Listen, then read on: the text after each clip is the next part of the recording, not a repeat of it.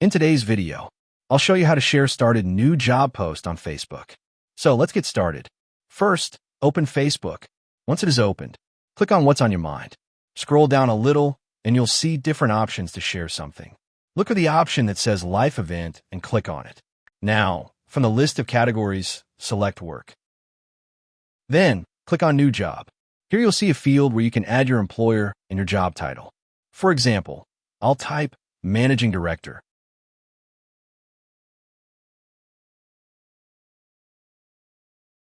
Once you select your job title, you'll see it appear as your new job update.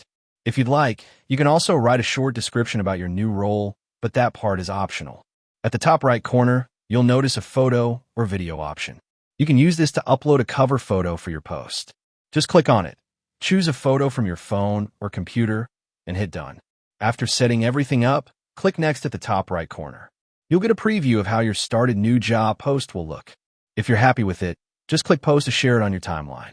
And that's how you share started new job post on Facebook. If this video helped you, make sure to hit that like button, subscribe to the channel, and check out more of our tutorials for useful tips. Thanks for watching, and see you in the next video.